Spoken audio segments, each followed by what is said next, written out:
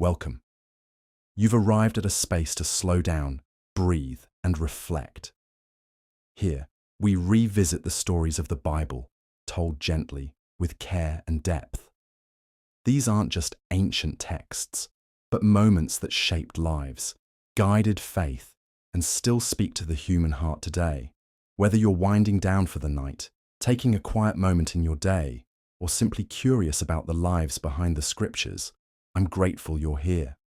Feel free to share where you're listening from, your city, your country, and the time of day. It's always powerful to see how the Word of God connects people across time and place. If these quiet reflections on Scripture bring you peace or help you draw closer to the stories of faith, consider subscribing. There are many more moments to walk through together, slowly, honestly, and with purpose. Tonight, we're diving into something that will challenge everything you think you know about women's history.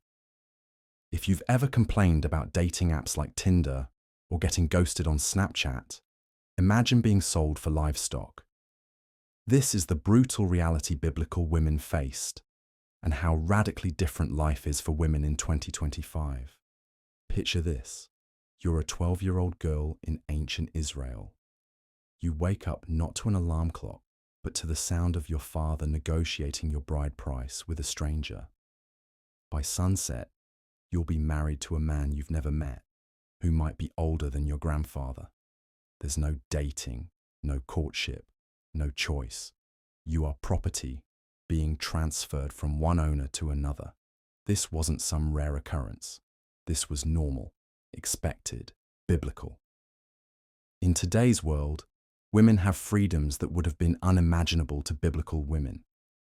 You can choose your career, your education, who you marry, if you marry at all. You can divorce. You can own property. You can speak in public without permission. You can travel alone. You can vote, lead companies, run for president.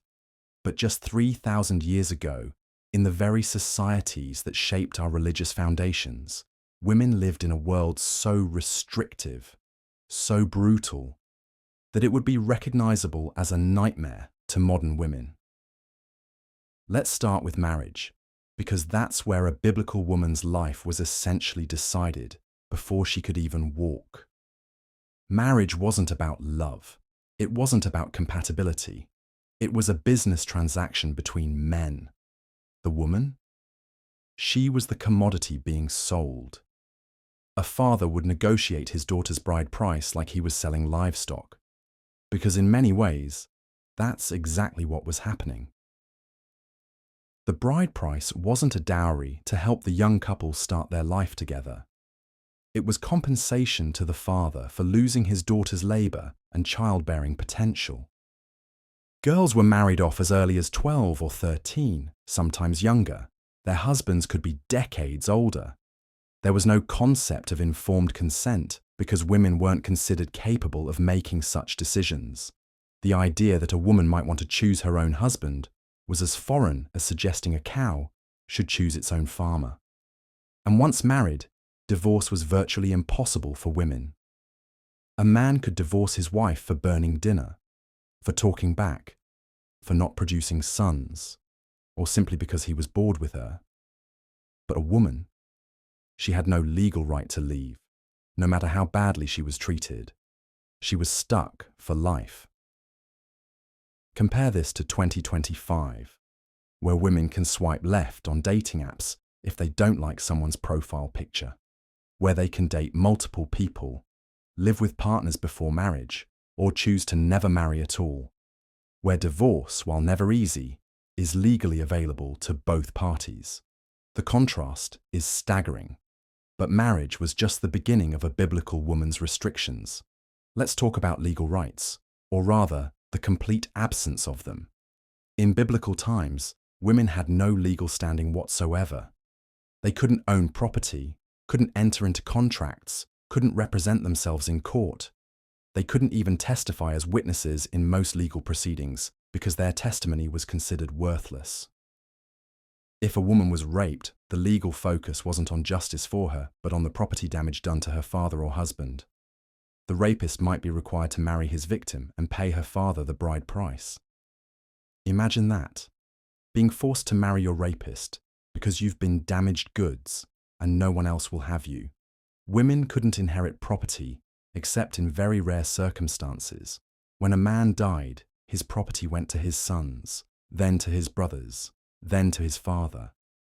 His wife and daughters got nothing unless there were no male heirs at all. Today, women own businesses, inherit estates, serve as judges and lawyers, testify in court, sign contracts, and have full legal protection under the law. The transformation is so complete that it's hard to imagine it was ever different. Education is another area where the contrast is mind-blowing. In biblical times, most women were completely illiterate. Education was reserved for men, particularly those training for religious or political leadership. Women were expected to learn only domestic skills: cooking, cleaning, weaving, childcare. The idea of a woman studying law, medicine, or theology was not just unusual, it was forbidden. Women were considered intellectually inferior, incapable of complex thought or moral reasoning. The few women who did become educated did so in secret or in very unusual circumstances.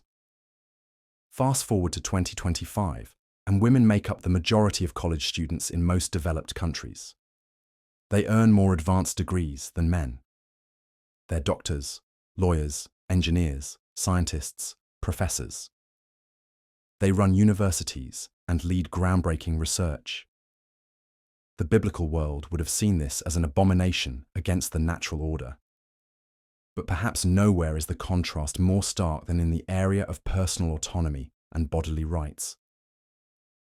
Biblical women had essentially no control over their own bodies. They couldn't choose when to have children, how many to have, or even whether to have them at all. A woman's primary purpose was seen as reproduction. If she was infertile, she was considered cursed by God and could be divorced or forced to give her servant to her husband as a surrogate. If she had daughters instead of sons, she was a disappointment. If she had complications in childbirth, it was seen as punishment for sin. Women had no access to birth control, no understanding of their own reproductive cycles, no medical care during pregnancy or childbirth beyond what other women could provide. Maternal mortality was extremely high. Many women died giving birth to their first child, often while still teenagers themselves. Today, women have access to comprehensive reproductive health care, birth control, fertility treatments, and safe childbirth practices. They can choose when and if to have children. They can pursue careers without being forced to choose between motherhood and professional success. The change is revolutionary. Even something as basic as freedom of movement was restricted for biblical women. They couldn't travel alone, couldn't go to the marketplace without permission, couldn't leave their homes without a male escort. They were essentially under house arrest their entire lives. Women couldn't participate in public life, couldn't hold political office, couldn't engage in trade or commerce. They were excluded from religious ceremonies and couldn't enter certain parts of temples. They were literally second-class citizens, or more accurately, they weren't citizens at all. In 2025, women travel solo around the world, run multinational corporations, serve as presidents and prime ministers, and participate fully in every aspect of society. They can go anywhere, do anything, be anything they choose. The religious restrictions were particularly severe. Women were considered ritually unclean during menstruation and after childbirth. They were excluded from religious leadership and couldn't teach men about spiritual matters. Their voices weren't heard in religious gatherings. This religious subjugation wasn't incidental. It was central to how biblical society operated. Women's subordination was seen as divinely ordained, part of God's plan for humanity. Questioning it wasn't just socially unacceptable, it was blasphemous. Today, women serve as priests, ministers, rabbis, and religious leaders in many faiths. They interpret scripture, lead congregations, and shape theological discourse. While some religious traditions still maintain restrictions, the overall trajectory has been toward inclusion and equality.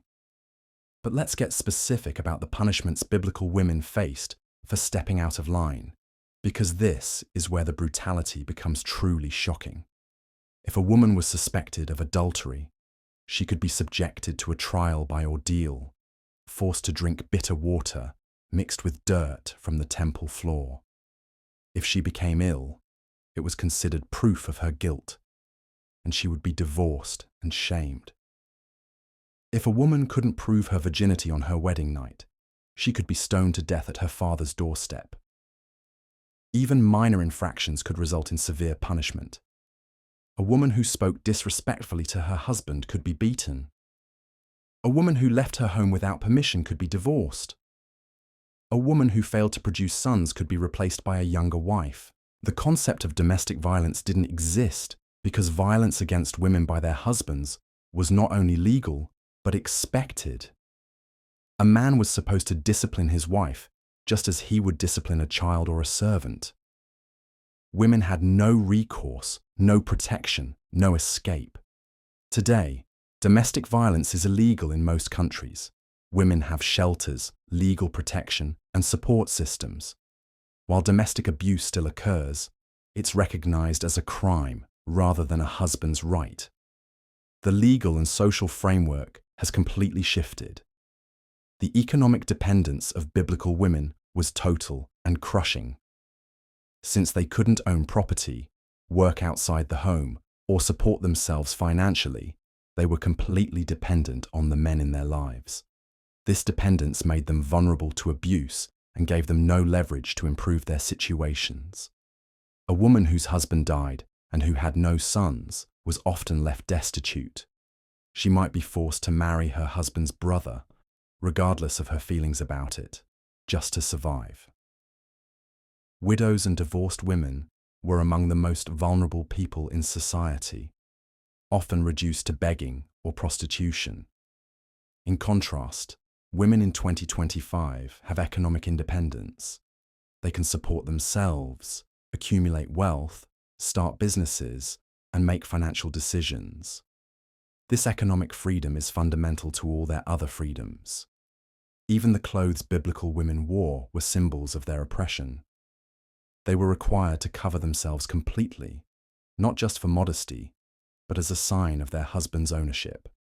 Their clothing marked their status as married or unmarried, available or taken. Women couldn't cut their hair without permission, couldn't wear jewelry or makeup without approval, couldn't dress in ways that expressed their personality or preferences. Their appearance was controlled by men, just as every other aspect of their lives was controlled. Today, women can dress however they want, style their hair however they choose, express themselves through fashion and appearance. While social pressures and expectations still exist, the legal and religious requirements for specific dress codes have largely disappeared in most societies. The psychological impact of this level of control and restriction is almost impossible to imagine. Biblical women lived their entire lives knowing they were considered inferior, that their thoughts and feelings didn't matter, that their only value lay in their ability to serve men and bear children. They had no concept of personal fulfillment, career satisfaction, or individual achievement. Their dreams, if they had any, were irrelevant. Their intelligence, no matter how great, was wasted. Their potential, no matter how vast, was squandered. Many biblical women probably suffered from what we would now recognize as depression, anxiety, and trauma. But there was no understanding of mental health, no treatment available, no recognition that their suffering was caused by their circumstances rather than their inherent flaws. The rare biblical women who did achieve any kind of recognition or power, like Deborah the judge or Esther the queen, did so under extraordinary circumstances and often at great personal risk. They were exceptions that proved the rule rather than examples of what was possible for ordinary women. And even these exceptional women had to work within the system of male dominance. They couldn't challenge it directly, but had to use their intelligence and influence subtly, carefully, always aware that their power could be stripped away at any moment. Compare this to 2025, where women regularly hold positions of power and influence, where their achievements are celebrated rather than hidden, where they can challenge systems of oppression directly and work to change them. The transformation has been so complete that many women today take their freedoms for granted. They've never lived in a world where they couldn't vote, couldn't work, couldn't choose their own husbands. The biblical world seems as foreign to them as life on another planet. But this freedom is historically recent and geographically limited. The brutal restrictions faced by biblical women persisted in various forms for thousands of years and still exist in some parts of the world today. The progress we've made is remarkable, but not inevitable or irreversible. Understanding how far we've come helps us appreciate what we have and remain vigilant about protecting it. The freedoms women enjoy today were hard-won through centuries of struggle, sacrifice, and gradual change.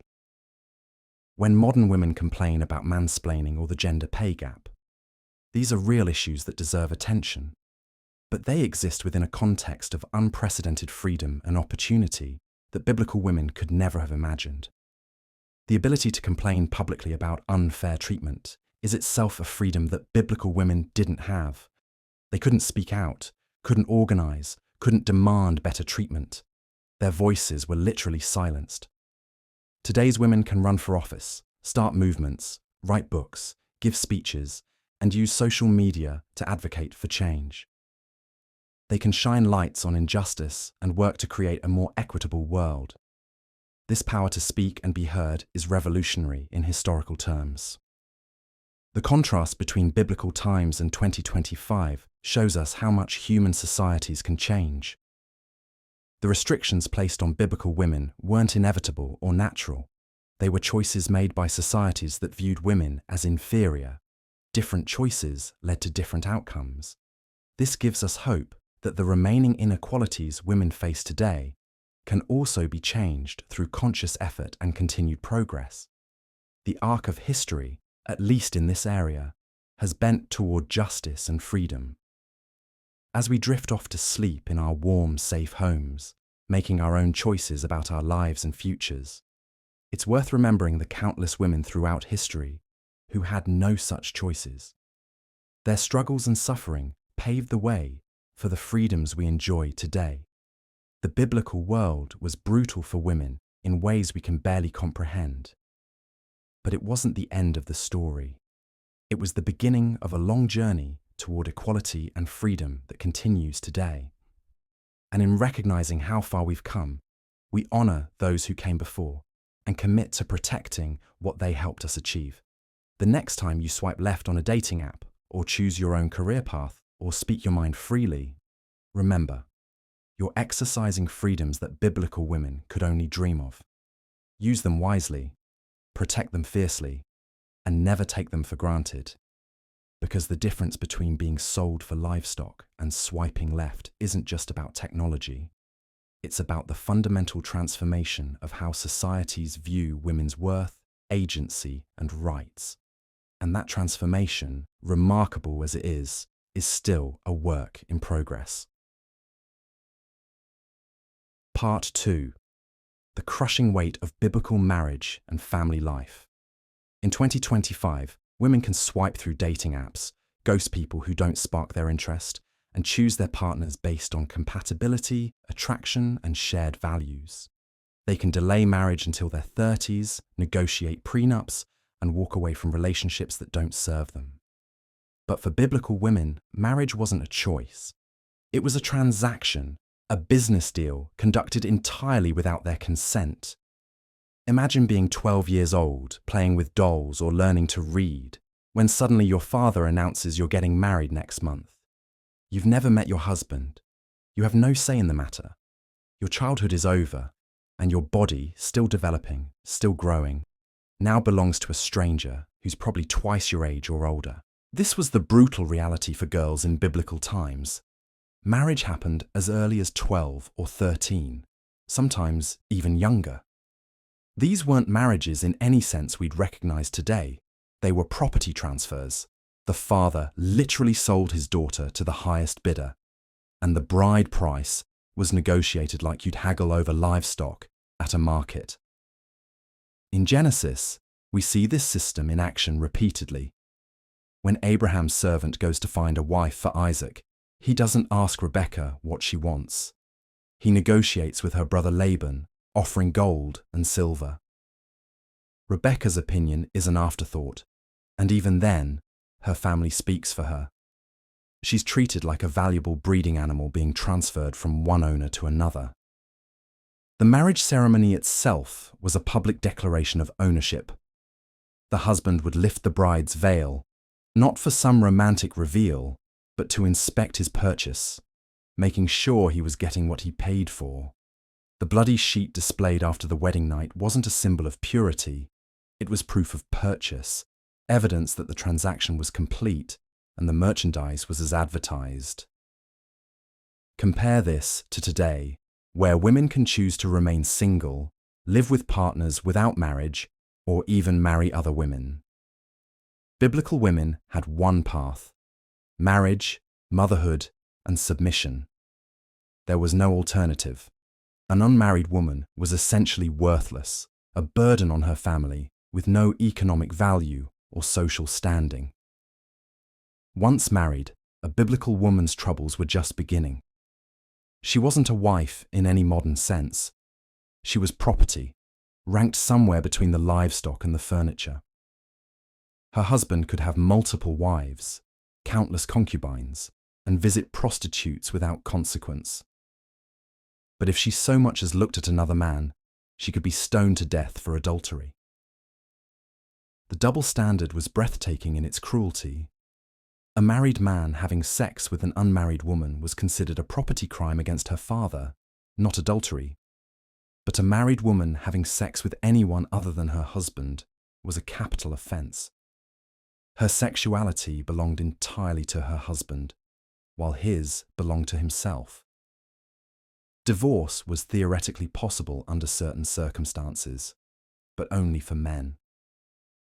A husband could divorce his wife for burning dinner, for being too loud, or simply for displeasing him. Deuteronomy states that a man can divorce his wife if he finds some indecency in her, a deliberately vague phrase that gave men enormous power. The divorced woman would be sent back to her father's house in shame, often unable to remarry and destined for poverty. But women couldn't initiate divorce under any circumstances. A woman whose husband beat her, raped her, or abused their children had no legal recourse. She couldn't leave. She couldn't protect herself. She was trapped forever, with her only hope being that her husband might die young. The marriage bed was another sight of horror. Marital rape didn't exist as a concept because wives were expected to be sexually available to their husbands at all times. A woman's body wasn't her own. It was her husband's property to use as he saw fit. Refusing her husband's sexual demands could result in divorce, abandonment, or physical punishment. Pregnancy was both mandatory and terrifying. Women were expected to produce sons, lots of them. Failure to conceive was seen as divine punishment, bringing shame on the entire family. But pregnancy in biblical times was incredibly dangerous. With no medical care, no understanding of hygiene, and no pain relief, childbirth was a death sentence for countless women. Consider the story of Rachel, who died giving birth to Benjamin, or the unnamed woman in 1 Samuel, who died in labor and named her son Ichabod. The glory has departed with her dying breath. These weren't unusual tragedies. They were everyday occurrences that women faced with each pregnancy. Even if a woman survived childbirth, her troubles weren't over. If she gave birth to a daughter, she was considered unclean for twice as long as if she'd had a son. Girls were literally seen as more contaminating than boys, requiring longer purification rituals. The message was clear. Female children were disappointments, burdens to be endured, rather than blessings to celebrate. The relationship between mothers and children was complicated by the patriarchal system. While women might love their children deeply, their sons would eventually hold authority over them. Once a boy reached adulthood, he could make decisions about his mother's life, especially if his father died.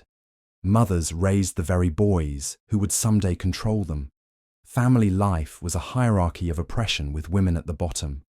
The father ruled absolutely, making all decisions about where the family lived, how money was spent, and what happened to each family member. Children were seen as economic assets, boys as future laborers and inheritors, girls as future bride prices. Love was secondary to utility. Domestic violence was not only tolerated, but encouraged. Proverbs is filled with instructions about beating wives and children into submission. A rod for the back of fools wasn't just about children. It applied to wives as well. Physical punishment was seen as a husband's duty, a way to maintain proper order in the household. The isolation of biblical women was profound. They couldn't travel freely, conduct business, or maintain friendships outside their husband's approval. Their social circle was limited to other women in similar circumstances, creating a closed loop of shared oppression with no outside perspective or hope for change. Religious life offered no escape either. Women were excluded from most religious ceremonies, considered too unclean to approach the sacred spaces. They couldn't become priests, prophets, or religious leaders. Even their prayers were seen as less valuable than men's. During menstruation, they were completely banned from religious activities, treated as contaminated and dangerous. The contrast with modern life is staggering. Today, women can choose their careers, their partners, their family size, and their life goals. They can leave bad marriages, protect themselves from abuse, and live independently. They can own property, make their own money, and travel the world alone. Biblical women had none of these options. Even the good biblical marriages were built on inequality. Abraham's relationship with Sarah involved him repeatedly putting her in danger to save his own skin, including pimping her out to foreign rulers and claiming she was his sister. Isaac's marriage to Rebekah was arranged without her meaningful consent. Jacob worked for 7 years to earn Rachel, treating her like a prize to be won rather than a person to be loved. The most telling detail about biblical marriage is that love is rarely mentioned. Marriages were economic arrangements, political alliances, and breeding contracts. The idea that spouses should like each other, share interests, or support each other's dreams was completely foreign.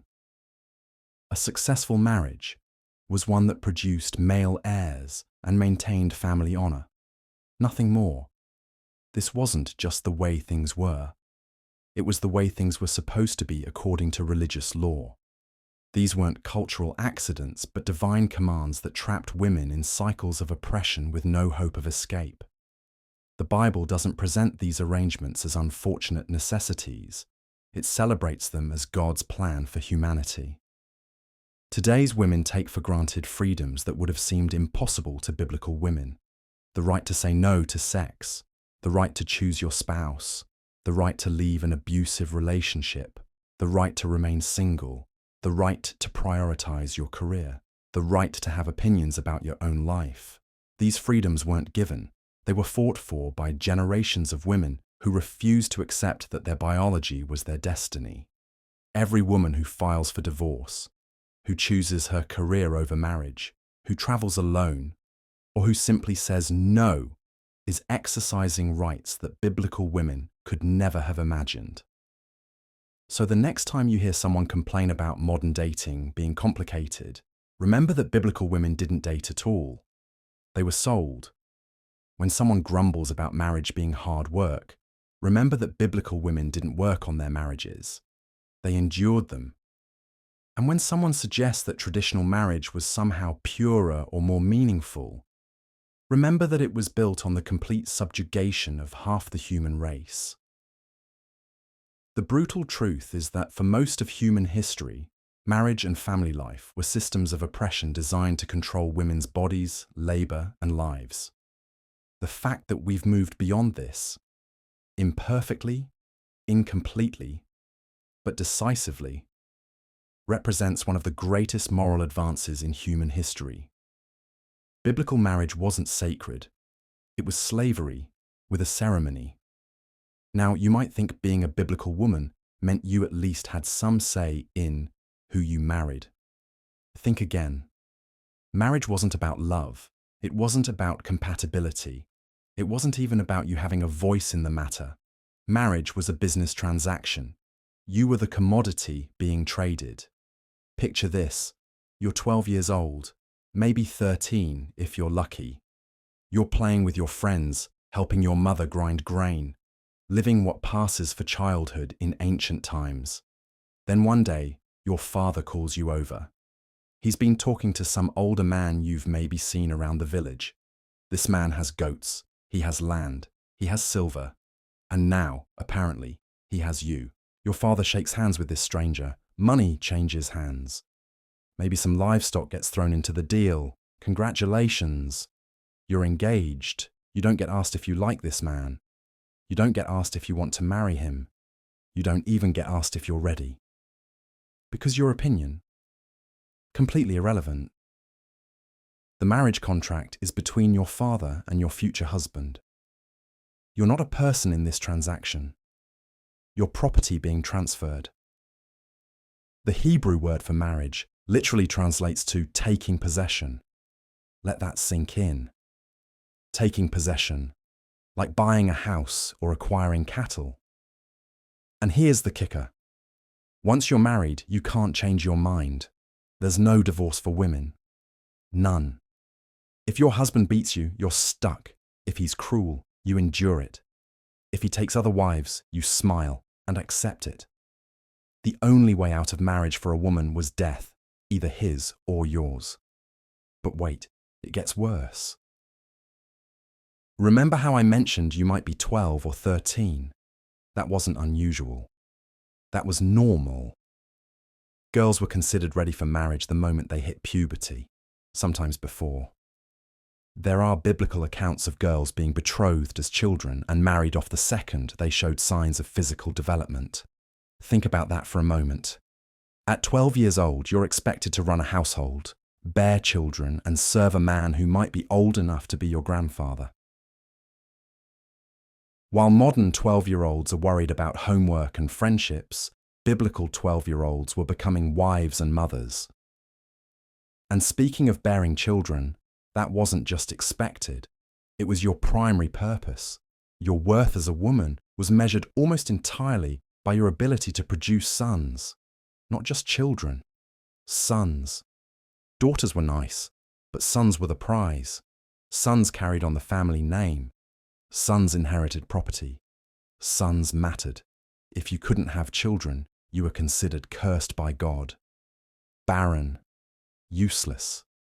Your husband could divorce you for being infertile, but you couldn't divorce him if he was the problem. Because obviously, fertility issues were always the woman's fault. The Bible is full of stories about barren women desperately pleading with God for children because they knew their entire social standing depended on it. But even if you did manage to get pregnant, that came with its own set of horrors. Childbirth in biblical times was essentially a death sentence you had to roll the dice on over and over again. No doctors, no pain relief, no sterilized instruments. Just you, maybe a midwife if you're lucky, and the very real possibility that you or your baby, or both, might not survive. The maternal mortality rate was astronomical. Women died in childbirth constantly. And if you survived the birth, but the baby didn't, that was somehow your fault too. Clearly, you had sinned. clearly God was punishing you. The grief of losing a child was compounded by the social shame of being seen as cursed. And if you did have a daughter, well, you just brought another piece of property into the world. Another girl who would grow up to be traded like livestock. Another woman destined for the same fate you'd endured. Now, let's talk about what happened if you stepped out of line. Because the punishments for women who didn't comply were absolutely brutal: adultery, death by stoning. But here's the twisted part. Adultery was only adultery if a married woman slept with someone other than her husband. A married man could sleep with as many unmarried women as he wanted, and that was perfectly fine. The double standard was built right into the law. A man could have multiple wives and concubines. He could visit prostitutes. He could essentially do whatever he wanted sexually. But if his wife so much as looked at another man the wrong way, she could be dragged into the town square and pelted with rocks until she died. And it gets worse. If a woman was raped, she could be forced to marry her rapist. That's right. The man who violated you could pay a fine to your father and then own you for the rest of your life. The logic was that since you were now damaged goods, no other man would want you. So your rapist was doing everyone a favor by taking you off the market. If you were a young woman who wasn't a virgin on your wedding night, you could be executed. Your new husband could claim you had deceived him, and your own family would be required to stone you to death on your father's doorstep. Your parents would have to participate in killing you to preserve the family's honor. Speaking of honor, let's talk about how women were viewed in biblical society. You weren't seen as a full person. You were seen as belonging to men, first to your father, then to your husband, and if he died, to his male relatives. You couldn't own property. You couldn't make legal decisions. You couldn't even speak in court as a witness because your testimony was considered worthless. Women were grouped with children and servants in terms of legal status. You were literally considered property that could be bought, sold, inherited, and controlled. The 10 Commandments make this crystal clear. When they say, "Thou shalt not covet thy neighbor's wife," you're listed right alongside his house, his servants, and his livestock. You're not a person to be respected. You're a possession to be envied. And your education? Forget about it. Women weren't taught to read or write. Knowledge was for men. Your job was to be quiet, obedient, and fertile. The idea of a woman having opinions, pursuing interests, or developing her mind was not just discouraged, it was seen as dangerous and unnatural. You were expected to be seen and not heard, to serve and not question, to obey and not think. Your entire existence revolved around making men's lives easier and producing the next generation of property to be traded and controlled. Now compare this to 2025. Women today can choose who to marry, when to marry, or whether to marry at all. You can get divorced if the relationship doesn't work. You can have children or choose not to. You can pursue education, build careers, own property, vote, speak your mind, and live as an independent human being. You have rights, legal protections, opportunities, choices. The very idea that a woman could be a CEO, a president, a scientist, or an artist would have been completely incomprehensible to biblical societies. The notion that a woman's value isn't determined by her relationship to men or her ability to bear children would have seemed like madness. The transformation is staggering. We've gone from a world where women were literally property to a world where women can own property. From a world where women couldn't speak in public to a world where women lead nations. From a world where a woman's worth was measured by her womb to a world where women are valued for their minds, their talents, and their contributions to society. But this didn't happen overnight, and it didn't happen easily. Every single right women have today was fought for, bled for, and won through centuries of struggle against systems that insisted women were naturally inferior and divinely ordained to be subordinate. The contrast couldn't be sharper. Biblical women lived in a world designed to crush their spirits and control their bodies. Modern women live in a world where, despite ongoing challenges, they have unprecedented freedom to shape their own destinies. So the next time you swipe left on a dating app because you're not feeling a connection, remember that biblical women didn't even get to see their husbands before the wedding day. When you complain about workplace inequality, remember that biblical women couldn't work outside the home at all. When you exercise your right to vote, remember that biblical women had no voice in how they were governed. The lives of biblical women were brutal, constrained, and often tragically short. They lived in a world that saw them as objects rather than subjects, as property rather than people. The fact that we've moved so far from that reality is one of humanity's greatest achievements, but it's also a reminder of how precious and fragile these freedoms really are. Part 4. Marriage and Sexuality, From Property to Partnership. Picture this. You're scrolling through dating apps, frustrated by another ghost who left you on red. You close the app with an annoyed sigh, muttering about how terrible modern dating has become. Now imagine instead that your father just finished negotiating your sale to a complete stranger for 2 goats and a bag of barley. No swiping, no choice, no escape. That was reality for biblical women, and it puts our dating complaints into perspective rather quickly. In biblical times, marriage wasn't about love, compatibility, or even basic attraction. It was a business transaction where women were the commodity being traded. The Hebrew word for marriage, Baal, literally means to possess or to own. When a man married a woman, he didn't just gain a wife, he gained property. She became his possession as surely as his livestock or his tools. The process began early. Girls as young as 12 or 13 were considered ready for marriage, not because they were emotionally or physically prepared, but because they had reached puberty and could bear children.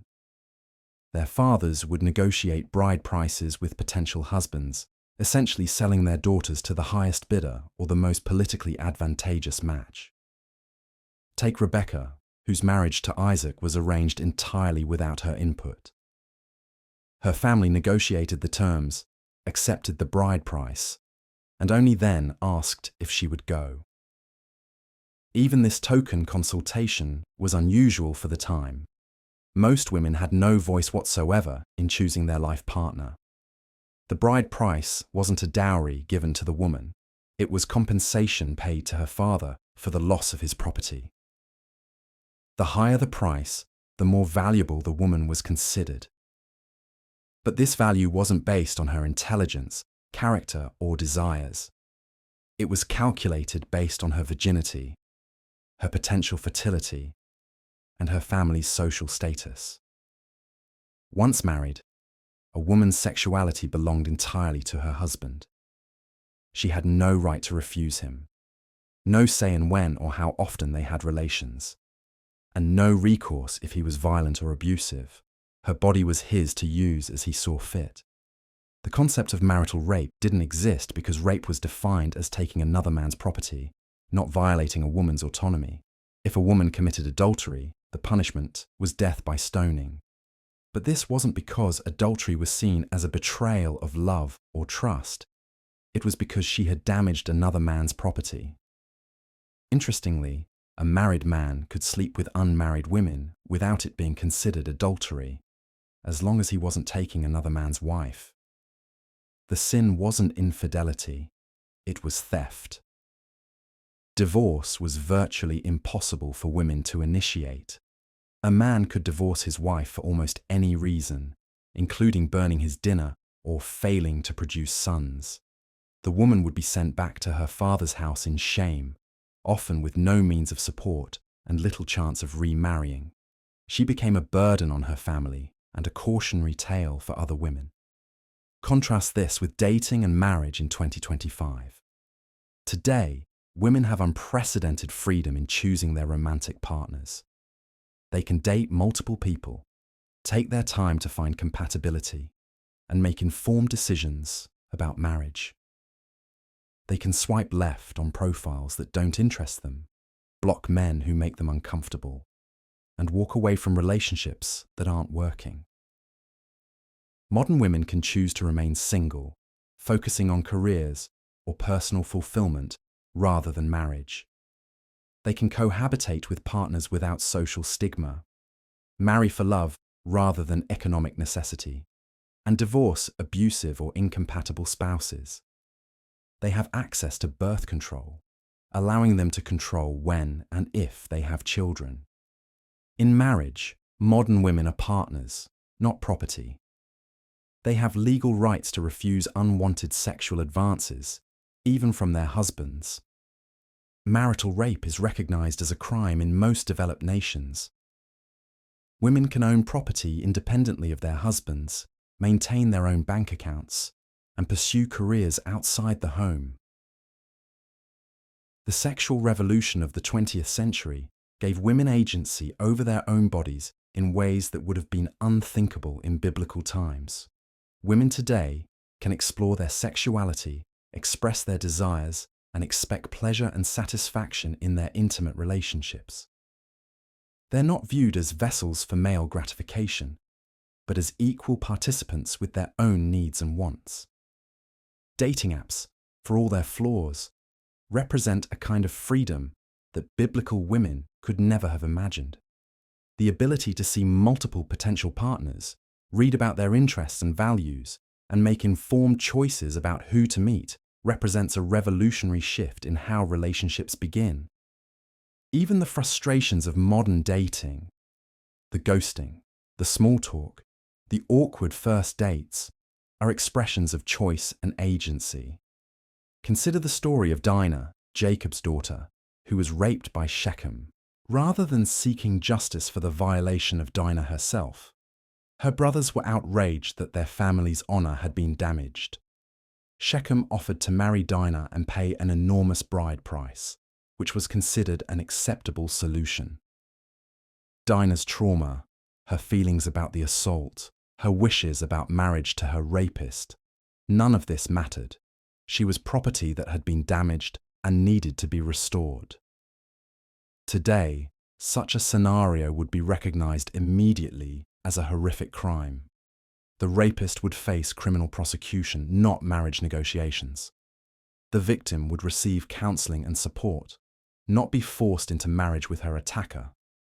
Her autonomy and healing would be the priority, not her family's reputation or financial compensation. The transformation in women's sexual and romantic lives represents one of the most dramatic changes in human civilization. We've moved from a system where women were bought and sold like livestock to one where they have agency, choice, and legal protection. From arranged marriages between strangers to partnerships based on love, compatibility, and mutual respect. This doesn't mean modern relationships are perfect. Women still face challenges, from online harassment to domestic violence to workplace discrimination. The gender pay gap means many women still lack full economic independence. Sexual assault remains tragically common, and victim blaming persists. But the contrast with biblical times is stark. Modern women can choose their partners, leave unhappy relationships, control their fertility, and expect to be treated as equals rather than property. They can pursue education and careers, travel the world, and define their own paths through life. The next time you're frustrated with modern dating, remember that you have choices biblical women could never have dreamed of. You can say no. You can walk away. You can demand respect and expect love. You have legal protections, social support, and economic opportunities that allow you to be selective about your relationships. You're not being sold to the highest bidder or forced into marriage with a stranger. You're not facing death by stoning for sexual choices or trapped in abusive marriages with no escape. You have agency over your own body, your own sexuality, and your own future. The evolution from property to partnership represents one of humanity's greatest moral advances. It's a reminder that progress is possible, that systems of oppression can be dismantled, and that each generation can build a more just world for the next. The freedom to love and be loved as equals, to choose and be chosen, to build relationships based on mutual respect rather than ownership. These are gifts that countless women throughout history fought and died to give us. So yes, modern dating can be frustrating, but it's also a celebration of human dignity and freedom that our ancestors could only imagine in their dreams. Part 5. The physical and sexual violence. Tonight, we delve deeper into perhaps the most harrowing aspect of biblical women's existence, the constant threat and reality of physical violence that shaped every moment of their lives. If you've ever felt unsafe walking alone at night or experienced unwanted attention, imagine living in a world where your very body was considered property, where violence against you carried no legal consequences, and where your screams for help would fall on deaf ears. In biblical times, the concept of consent simply didn't exist for women. Their bodies belonged first to their fathers, then to their husbands, and violence was not only accepted, but often mandated by law. The biblical text itself reveals the brutal reality. Women could be beaten, raped, and even killed with impunity, their suffering viewed as collateral damage in a world designed by and for men. Consider the chilling story of the concubine in Judges 19, a narrative so horrific it reads like something from our darkest nightmares. When threatened by a mob, her master literally throws her outside to be gang-raped throughout the night. She crawls back to the doorstep, where she dies from her injuries. But here's the most sickening part. The text treats her not as a human being who suffered unimaginable trauma, but as property that was damaged. Her master cuts her body into 12 pieces and sends them throughout Israel, not to seek justice for her, but to rally the tribes for war. She doesn't even have a name in the biblical account. This wasn't an isolated incident of extreme violence. It was simply the logical conclusion of a system that viewed women as disposable objects. The law itself sanctioned violence against women in ways that would make your skin crawl. If a man suspected his wife of adultery, she could be forced to drink a bitter potion designed to cause miscarriage and potentially death, a primitive and barbaric form of trial by ordeal that placed all the burden of proof on the woman's suffering body. Rape was considered primarily a property crime, not against the woman, but against her father or husband. The penalty wasn't designed to protect women or seek justice for their trauma. Instead, a rapist could simply pay a fine to the woman's father and be forced to marry his victim, trapping her in a lifetime of abuse with her attacker. Imagine the psychological torture of being legally bound to the person who violated you, forced to share his bed, bear his children, and pretend gratitude for his mercy in making you his wife. The biblical law in Deuteronomy 22 makes this horrifyingly clear. If a virgin is raped in the city and doesn't scream loud enough for help, she's considered a willing participant and can be stoned to death alongside her attacker. The burden of proof rested entirely on her ability to resist and cry out, with no consideration for shock, fear, or the reality that many victims freeze during assault. A woman's survival often depended on her vocal cords and the acoustic properties of her surroundings, but the violence wasn't limited to sexual assault. Domestic violence was not only legal, but expected. The biblical text repeatedly refers to disciplining wives as a husband's right and responsibility. Women could be beaten for disobedience, for failing to produce children, for speaking out of turn, or simply for existing in ways that displeased their male owners. The book of Proverbs compares a nagging wife to a dripping roof, the implication being that both problems require fixing, preferably through force. The threat of honor killings loomed constantly over women's lives. If a woman's behavior brought shame to her family, whether through actual transgression or mere suspicion, her own father or brothers might kill her to restore the family's reputation. The story of Tamar and Judah illustrates this perfectly. When Tamar is accused of prostitution, her father-in-law immediately orders her to be burned alive. Only when he discovers he was the client does he spare her life, and even then, it's not because her life has value, but because he realizes his own hypocrisy. Even pregnancy and childbirth, supposedly women's highest calling, were fraught with violence and danger. Women gave birth without medical care, often dying in agony as their families prayed for sons. If they survived but produced daughters, they faced disappointment, blame, and pressure to try again. The biblical text describes women dying in childbirth as divine punishment, their suffering seen as evidence of God's displeasure rather than tragedy deserving compassion. The legal system offered women no protection because they had no legal standing. They couldn't testify in court, couldn't own property, couldn't seek divorce even from abusive husbands. If a woman was murdered, the crime was prosecuted as damage to her male owner's property, not as the loss of a human life. The compensation paid went to her father or husband, never to her children or family members who actually mourned her loss. Religious law added another layer of sanctioned violence. Women could be stoned for adultery, burned for prostitution, or beaten for failing to observe religious requirements they may not have been taught. The very religious system that supposedly offered spiritual comfort was weaponized against them, used to justify their suffering and silence their voices. The psychological violence was perhaps even more devastating than the physical abuse. Women were taught from birth that they deserved whatever violence befell them, that their suffering was evidence of their inherent sinfulness and inferiority. They were told that questioning their treatment was rebellion against God Himself, that enduring abuse silently was their path to spiritual virtue. Compare this to 2025, where women have legal protections against domestic violence, where rape is recognized as a serious crime regardless of the victim's relationship to the perpetrator, where we understand concepts like trauma, consent, and bodily autonomy.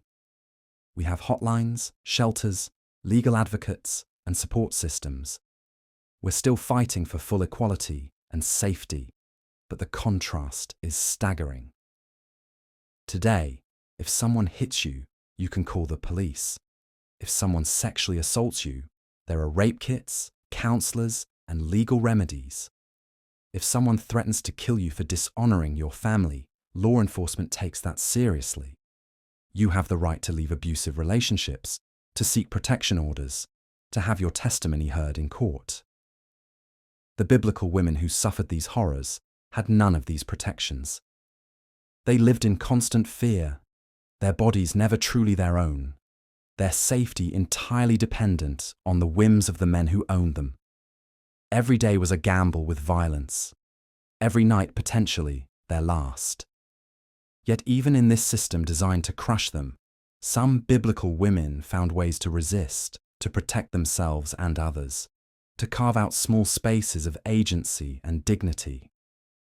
Their courage in the face of such overwhelming oppression stands as testimony to the indomitable human spirit, even when that spirit was housed in a body that society deemed worthless. When we read their stories, we honor not just their suffering, but their strength.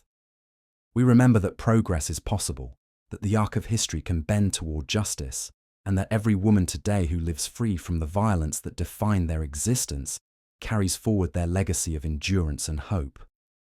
The brutality they faced reminds us never to take our freedoms for granted, and to continue fighting for women everywhere who still face such violence and oppression.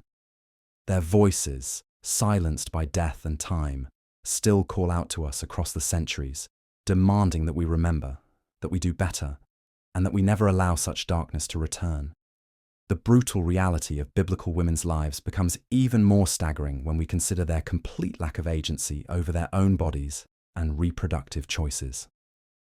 In 2025, women have access to comprehensive healthcare, birth control, family planning resources, and the ability to make informed decisions about their reproductive lives. They can choose when to have children, how many to have, and have access to medical care throughout pregnancy and childbirth. But for biblical women, pregnancy and childbirth were often death sentences wrapped in divine mandate. There was no choice, no planning, no medical intervention. Women were expected to bear children continuously from the moment they reached puberty until their bodies simply couldn't anymore. The mortality rate for women in childbirth was astronomical. Some estimates suggest that up to 40% of women died from pregnancy-related complications. Take the story of Rachel, Jacob's beloved wife. She desperately wanted children, crying out, "Give me children or I shall die." But when she finally conceived and gave birth to Benjamin, she literally died in the process. Her final words were naming her son Ben-Oni, son of my sorrow, before dying on the roadside. This wasn't unusual. This was Tuesday for biblical women. The lack of medical knowledge meant that any complication during pregnancy or birth was essentially a death sentence. Breech births, hemorrhaging, infections, all of these killed countless women who today would survive with basic medical intervention. Women had no pain relief, no sterile conditions, no trained medical professionals. They gave birth in unsanitary conditions, often with only other women to help, many of whom had no real medical training. But it gets worse. Even if a woman survived childbirth, her value was still tied to whether she produced male children. Daughters were disappointments. Sons were treasures. A woman who only bore daughters was considered cursed. A woman who bore no children at all was seen as being punished by God. Hannah, Samuel's mother, was mocked and tormented by her husband's other wife because she was initially barren. Her husband's response, "Am I not better to you than 10 sons?" As if his presence could somehow compensate for the social death sentence of childlessness. The concept of family planning was non-existent. Women couldn't space their pregnancies or decide they'd had enough children. Their bodies belonged to their husbands, who could demand sexual relations whenever they wanted. Marital rape wasn't even a concept. It was considered a husband's right. Women had no recourse, no protection, no way to say no to their own husbands. Modern women in 2025 have access to contraception, fertility treatments, prenatal care, skilled medical professionals, pain management during labor, and emergency medical interventions that save both mothers and babies. They can choose to have children or not. They can decide when to start a family and when they've completed it. They have legal protections against forced pregnancy and sexual coercion. Biblical women had none of this.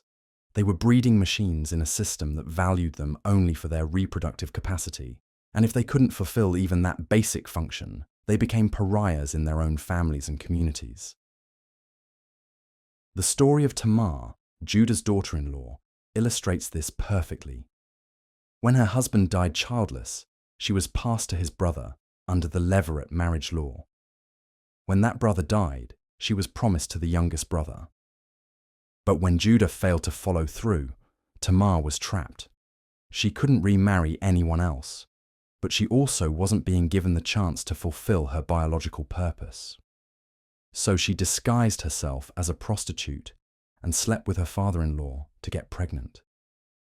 When her pregnancy was discovered, Judah immediately ordered her to be burned alive for adultery. Only when she proved he was the father did he acknowledge her actions were more righteous than his. Think about that story for a moment. A woman was so desperate to fulfill her reproductive role that she resorted to deception and incest.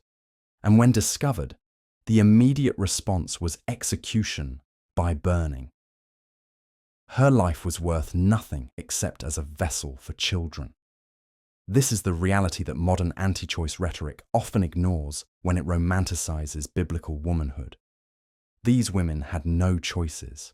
They lived and died at the mercy of their reproductive systems, with no medical intervention, no family planning, and no bodily autonomy. Many biblical women would have jumped at the chance to have access to the reproductive healthcare and choices that modern women take for granted. The contrast couldn't be starker. In 2025, a woman can choose her career, her partner, whether to have children, when to have them, and how many to have. She has access to medical care that ensures both she and her baby are more likely to survive childbirth than at any point in human history. She has legal protections against forced pregnancy and sexual coercion. Biblical women were trapped in bodies they couldn't control, in marriages they didn't choose, bearing children they may not have wanted, with no medical care and no guarantees they'd survive the process. Their worth was measured entirely by their reproductive output, and failure meant social death or actual death. When we talk about how far women have come, reproductive freedom and healthcare represent some of the most dramatic improvements in women's lives. The ability to control your own fertility, to have children safely, to make informed decisions about your reproductive health. These weren't luxuries biblical women could even dream of. They were revolutionary concepts that have fundamentally transformed what it means to be a woman. Part 7. Cycles of vulnerability and resistance. Now, we need to understand something crucial about this transformation. The shift from biblical oppression to modern liberation wasn't some inevitable march of progress. It was a revolution built on the backs of women who refused to accept their circumstances, women who looked at the brutal realities we've described and said, "No more." This resistance took countless forms throughout history. Sometimes it was quiet rebellion, a woman learning to read in secret, refusing an arranged marriage, or finding ways to control her own fertility. Sometimes it was loud and dangerous. Women who spoke out publicly, who challenged religious authorities, who demanded political rights even when they knew it could cost them everything. Think about the medieval period. Even in those dark centuries when women's lives were often indistinguishable from property, there were women who carved out spaces of power and influence, abbesses who ran monasteries like small kingdoms, queens who wielded real political authority, mystics who claimed direct communication with God, bypassing male religious hierarchies entirely. These weren't exceptions that proved the rule. They were cracks in the foundation of patriarchal control, fissures that would eventually split wide open. The Renaissance brought new possibilities, but also new forms of control. As literacy spread and ideas began to flow more freely, some women gained access to education and intellectual life. But this same period also saw the intensification of witch hunts, a systematic campaign of terror designed to crush female autonomy and knowledge. The very women who might have been healers, midwives, or independent thinkers were branded as dangerous and destroyed. It was a deliberate attempt to maintain male control over women's bodies and minds. But here's what's remarkable. Even during the height of these witch hunts, women continued to resist. They formed networks of support. They passed down knowledge in secret. They found ways to help each other survive. The bonds between women, bonds that patriarchal societies tried so hard to break, proved stronger than the forces arrayed against them. The Enlightenment promised reason and progress, but initially, this liberation was largely reserved for men. Women like Mary Wollstonecraft had to fight tooth and nail, just to argue that women deserved the same rational education as their male counterparts. When she published A Vindication of the Rights of Woman in 1792, she was ridiculed, attacked, and dismissed. But her words planted seeds that would grow into the suffrage movements of the 19th and 20th centuries. Each generation of women built on the courage of those who came before. The suffragettes who chained themselves to railings and endured force-feeding in prison were standing on the shoulders of women like Wollstonecraft. The civil rights activists who fought for racial and gender equality were building on the work of the suffragettes. The feminists of the 1960s and 70s who demanded reproductive rights and workplace equality were extending a line of resistance that stretched back millennia. And here's something we often forget. This progress was never guaranteed. At every step, there were powerful forces pushing back, trying to restore the old order of control and submission. The rise of fascist movements in the 20th century specifically targeted women's rights, seeking to return them to purely domestic roles. Even today, we see attempts to roll back reproductive rights, to limit women's access to education and economic opportunity, to restore religious control over women's bodies and choices. This is why understanding biblical women's experiences isn't just historical curiosity. It's a warning. The systems that once reduced women to property, that denied them education and autonomy, that subjected them to violence and control, these systems didn't disappear on their own. They were dismantled through centuries of struggle, sacrifice, and resistance. The freedoms that women in 2025 take for granted, the right to vote, to own property, to choose their partners, to control their fertility, to pursue education and careers, to live free from violence. These weren't gifts bestowed by benevolent societies. They were hard-won victories, achieved through the courage of women who refused to accept their circumstances as inevitable. And this struggle continues. Even in our modern world, millions of women still live under conditions that echo the brutal realities of biblical times. Honor killings, forced marriages, genital mutilation, educational restrictions, economic dependence, these aren't relics of the past. They're ongoing realities for women in many parts of the world. The gap between biblical oppression and modern liberation isn't just about time, it's about power. It's about the ongoing tension between systems that seek to control women and movements that fight for their freedom. It's about recognizing that progress isn't permanent, that rights can be lost as well as won, and that every generation must choose whether to defend or abandon the freedoms that previous generations died to secure. When we look at the lives of biblical women, their silence, their suffering, their lack of agency, we're not just studying history. We're examining the logical endpoint of patriarchal control. We're seeing what happens when societies decide that women are less than fully human, when religious and legal systems combine to strip away every form of autonomy and dignity. But when we look at women in 2025, their voices, their choices, their power to shape their own destinies, we're seeing what's possible when societies recognize women's full humanity. We're witnessing the fruits of centuries of resistance, the culmination of countless acts of courage by women who refuse to be silenced. This transformation didn't happen overnight, and it's far from complete, but it represents one of the most profound moral revolutions in human history. The recognition that half of humanity deserves the same rights, opportunities, and dignity as the other half. It's a revolution that began in the shadows of history, carried forward by women whose names we'll never know, and continues today in every woman who refuses to accept limitations on her humanity. The distance between biblical oppression and modern liberation is measured not just in years, but in the accumulated courage of women who dared to dream of something better and who fought to make those dreams reality. Biblical women in harsh realities, from ancient bondage to modern liberation.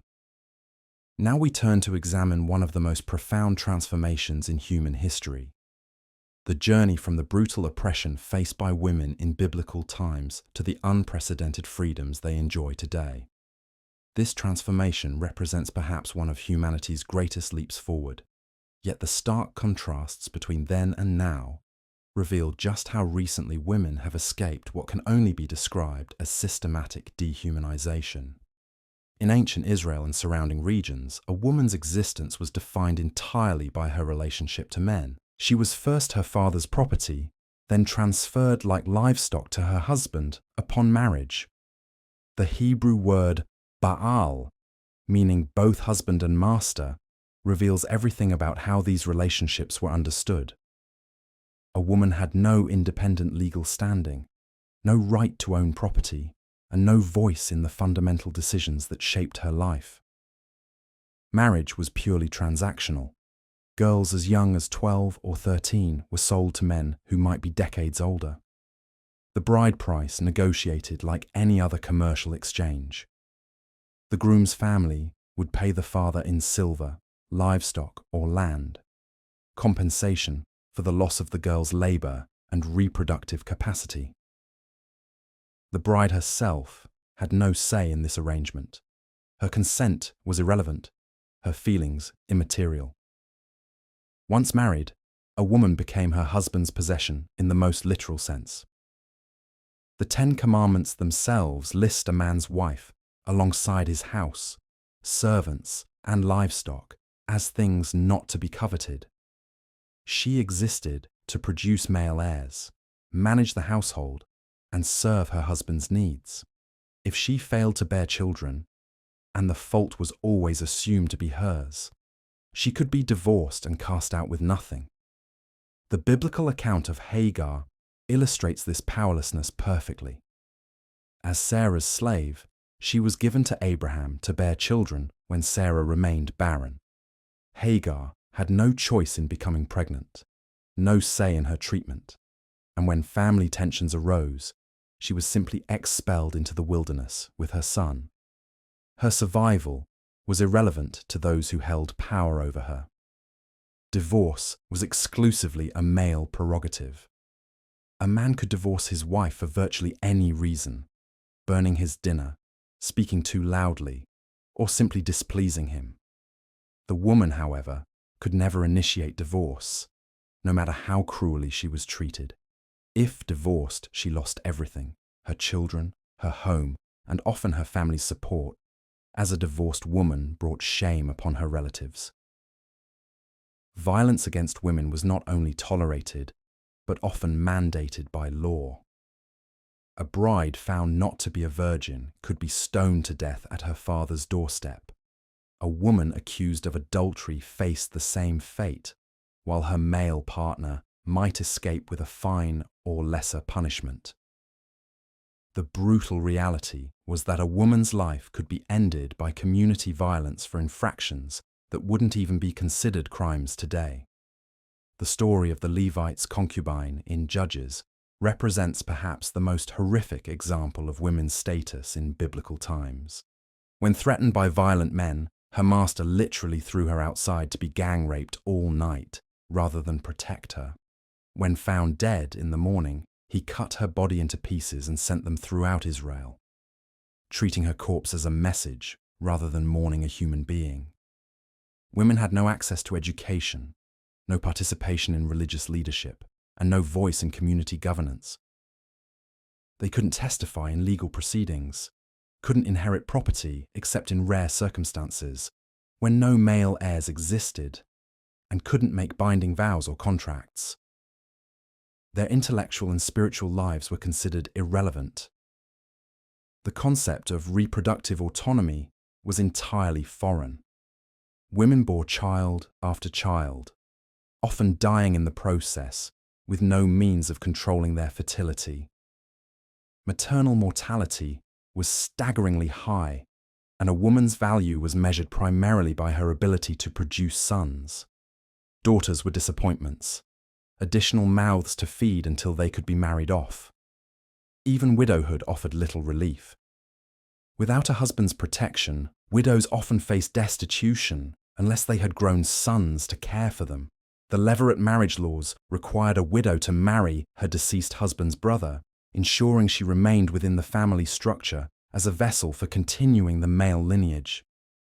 Now contrast this with the world of 2025, where women enjoy freedoms that would have been incomprehensible to their biblical predecessors. Today's women can choose their own careers, pursue education to the highest levels, and compete in fields once exclusively male. They can vote, hold office, and shape the laws that govern society. In modern relationships, women are equal partners who can choose their spouses, negotiate the terms of their marriages, and leave relationships that don't serve them. They control their own reproductive choices, deciding when and if to have children. They own property, run businesses, and accumulate wealth in their own names. The legal protections available to women today would seem like magic to biblical women. Domestic violence is a crime, not a husband's right. Rape is prosecuted regardless of the victim's marital status or sexual history. Women can testify in court, serve as judges, and practice law themselves. Educational opportunities have exploded beyond anything imaginable in ancient times. Women now earn the majority of college degrees, lead research institutions, and win Nobel Prizes. They serve as doctors, engineers, scientists, and leaders in every field of human endeavor. The transformation in women's status represents one of history's most dramatic reversals of fortune. What changed?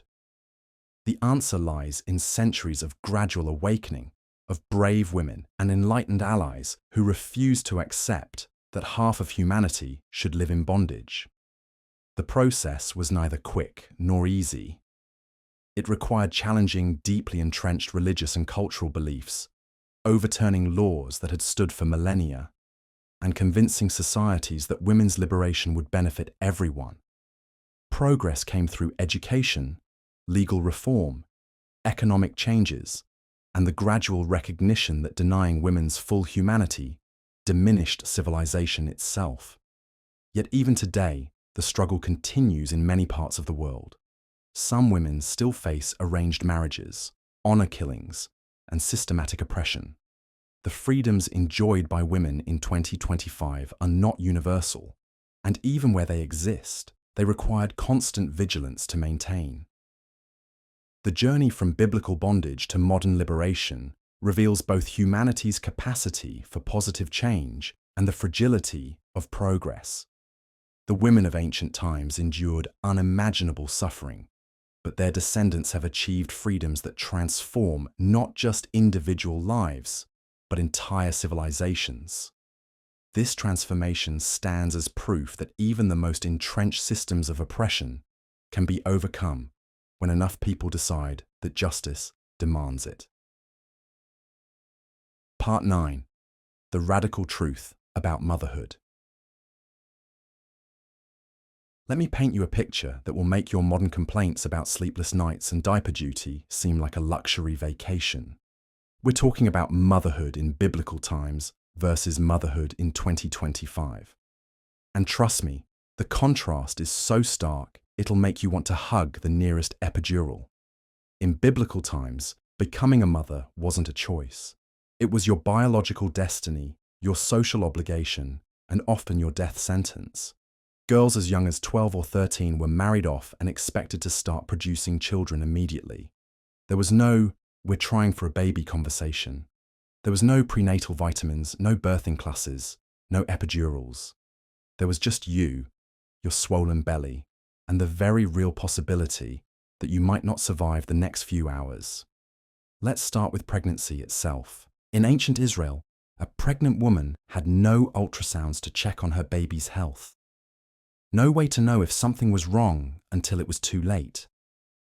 No understanding of nutrition beyond eating whatever scraps were available. Women worked in the fields, hauled water, and performed back-breaking labor right up until they went into labor. And when that moment came, they had to hope and pray that their body would cooperate, because medical intervention wasn't really a thing. Childbirth was a community event, but not in the Instagram-worthy way we think of today. Women would gather around the laboring mother, offering what comfort and expertise they could. But without any real understanding of anatomy, sanitation, or medical intervention, complications were often fatal. the mortality rate for both mothers and babies was astronomical.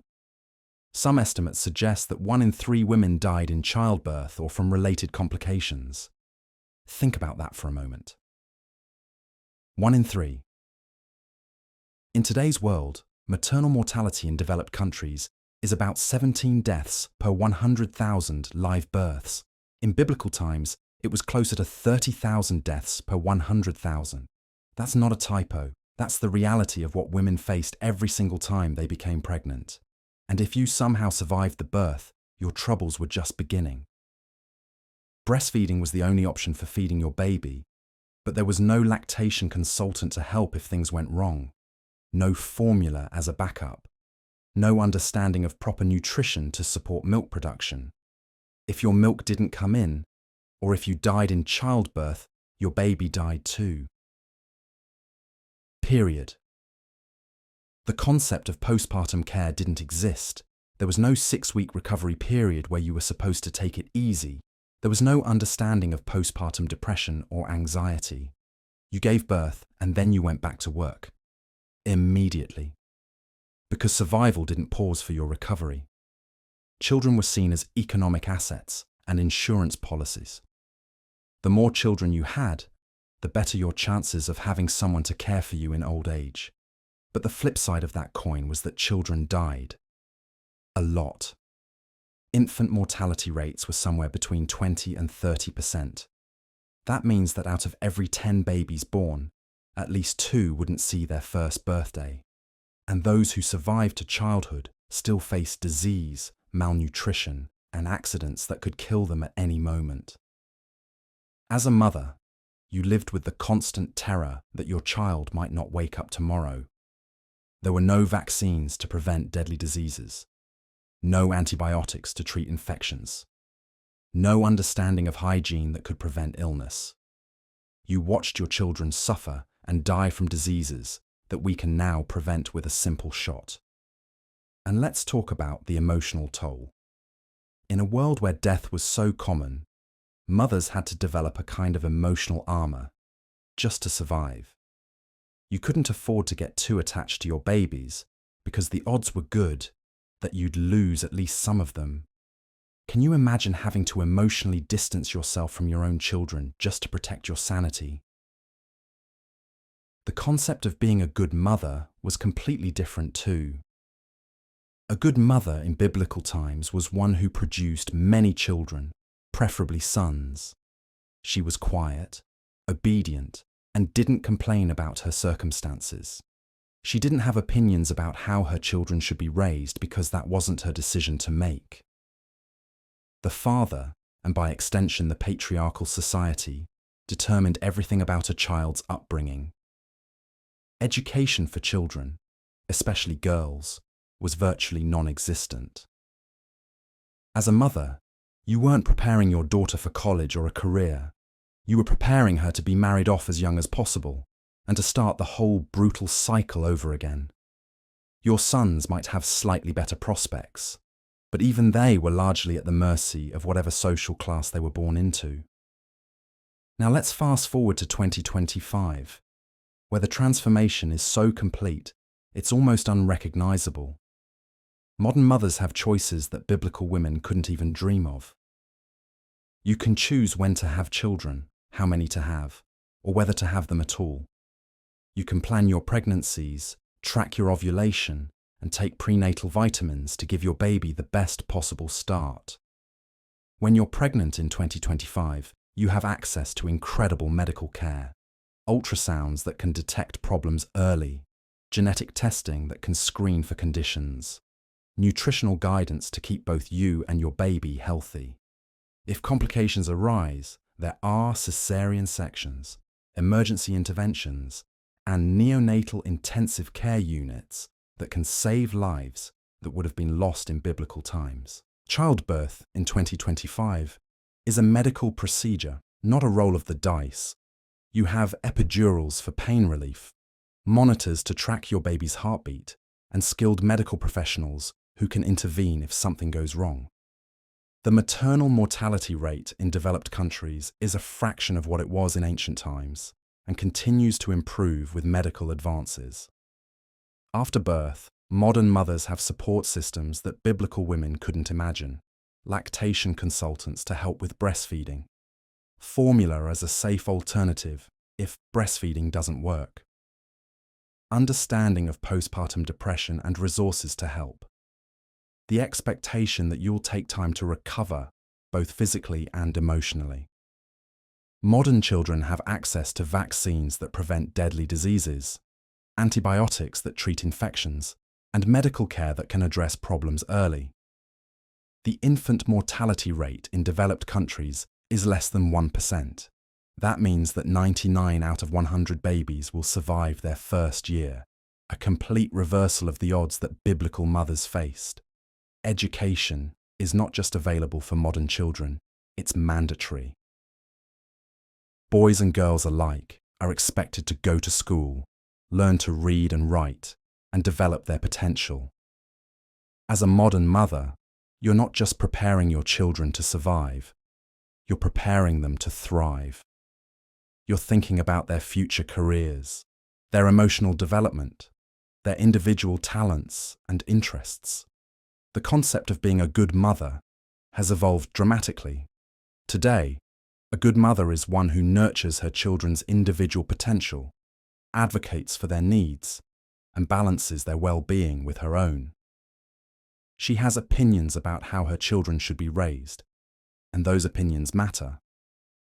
She can work outside the home, pursue her own interests, and maintain her identity as an individual while also being a mother. Modern mothers have access to information that would have seemed magical to biblical women. Parenting books, online resources, support groups, and expert advice on everything from sleep training to emotional development. You can research every decision, get second opinions, and make informed choices about your children's care. But perhaps the most profound difference is the emotional relationship between mothers and children.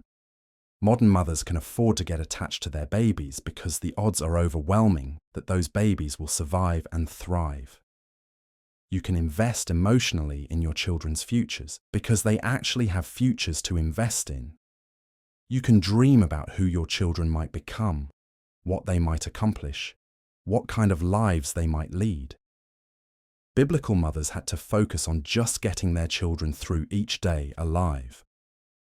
Modern mothers get to think about helping their children reach their full potential as human beings.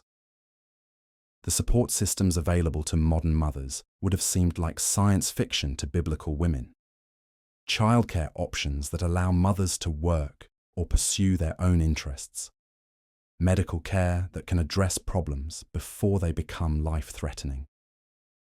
Social safety nets that provide assistance when families struggle. Legal protections that ensure children's rights and welfare.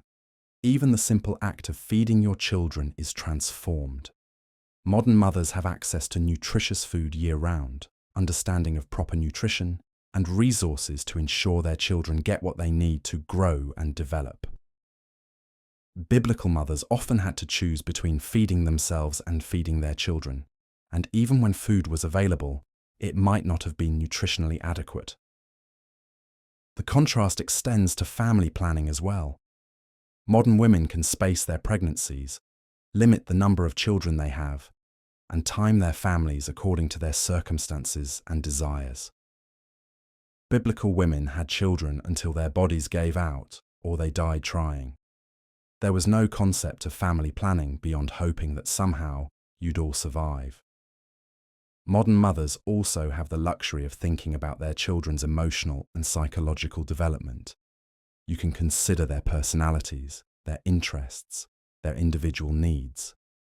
You can provide therapy if they need it, accommodate learning differences, and help them develop into well-rounded individuals. Biblical mothers were focused on basic survival and conformity to social expectations. The legal protections available to modern children and mothers are revolutionary compared to biblical times. Children have rights, mothers have rights, and there are systems in place to protect both. Child abuse is illegal and prosecuted. Neglect is investigated and addressed. Educational opportunities are guaranteed, But here's what's truly remarkable about this transformation. It happened because women fought for it. Generation after generation of women who refused to accept that watching their children die was just part of life.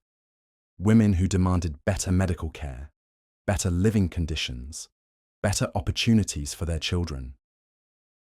The modern experience of motherhood isn't perfect. Mothers in 2025 still face challenges, stress, and difficult decisions. But those challenges pale in comparison to what biblical mothers endured. When modern mothers complain about sleepless nights, picky eaters, or tantrums, they're dealing with problems that biblical mothers would have considered luxuries to worry about.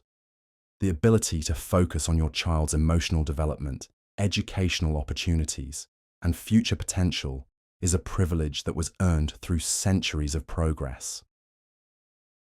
The medical care that keeps both mothers and children alive is the result of scientific advances that biblical people couldn't have imagined. So the next time you're stressed about finding the right preschool, or worried about screen time, or debating organic versus conventional foods, remember that you're operating from a position of incredible privilege. You get to worry about optimizing your children's development, because their basic survival is virtually guaranteed.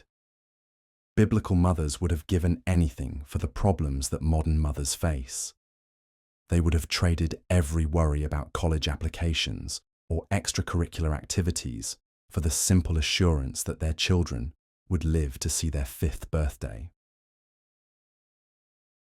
The transformation of motherhood from a likely death sentence to an opportunity for personal and family growth represents one of humanity's greatest achievements. It's a testament to what we can accomplish when we refuse to accept suffering as inevitable and work together to create a better world for future generations. This isn't just about medical advances or social progress. It's about the fundamental value we place on human life, particularly the lives of women and children. Biblical societies treated women as disposable baby-making machines. Modern societies, at their best, recognize mothers as complete human beings with their own worth, rights, and potential. The journey from biblical motherhood to modern motherhood is really the story of women refusing to be sacrificed on the altar of biology and tradition. It's the story of demanding better, fighting for change, and never accepting that suffering was just the way things had to be. Every epidural, every ultrasound, every vaccine, every educational opportunity represents a victory over the brutal realities that biblical mothers faced. Every modern mother who gets to watch her children grow up healthy and educated is living a dream that countless women throughout history died trying to achieve. That's the true measure of how far we've come. Not just that things are better, but that we made them better through determination, science, and an unwavering belief that every woman and child deserves the chance to not just survive, but to thrive.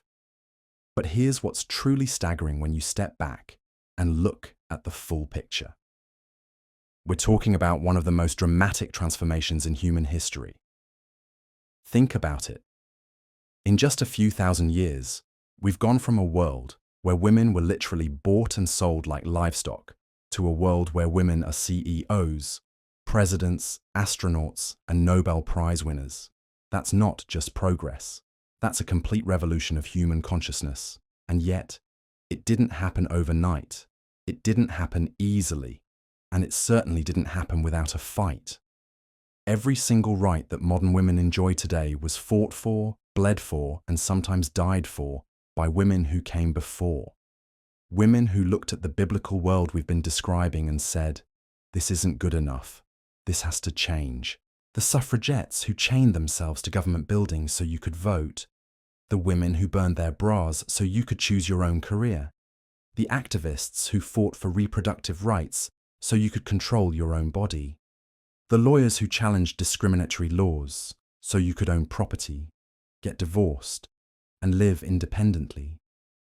Each of these women faced a world that told them to stay silent, stay small, stay in their place. And they refused. But let's be real for a moment. This transformation isn't just ancient history. There are still places in our world today where women live under conditions that would be familiar to those biblical women we've been talking about. Countries where women can't drive, can't travel without male permission, can't choose who they marry, can't even show their faces in public. The fight isn't over. The story isn't finished.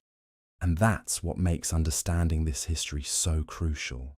Because when you know where we came from, when you really understand the depths of oppression that women have endured for millennia, you realize just how precious and fragile these freedoms really are.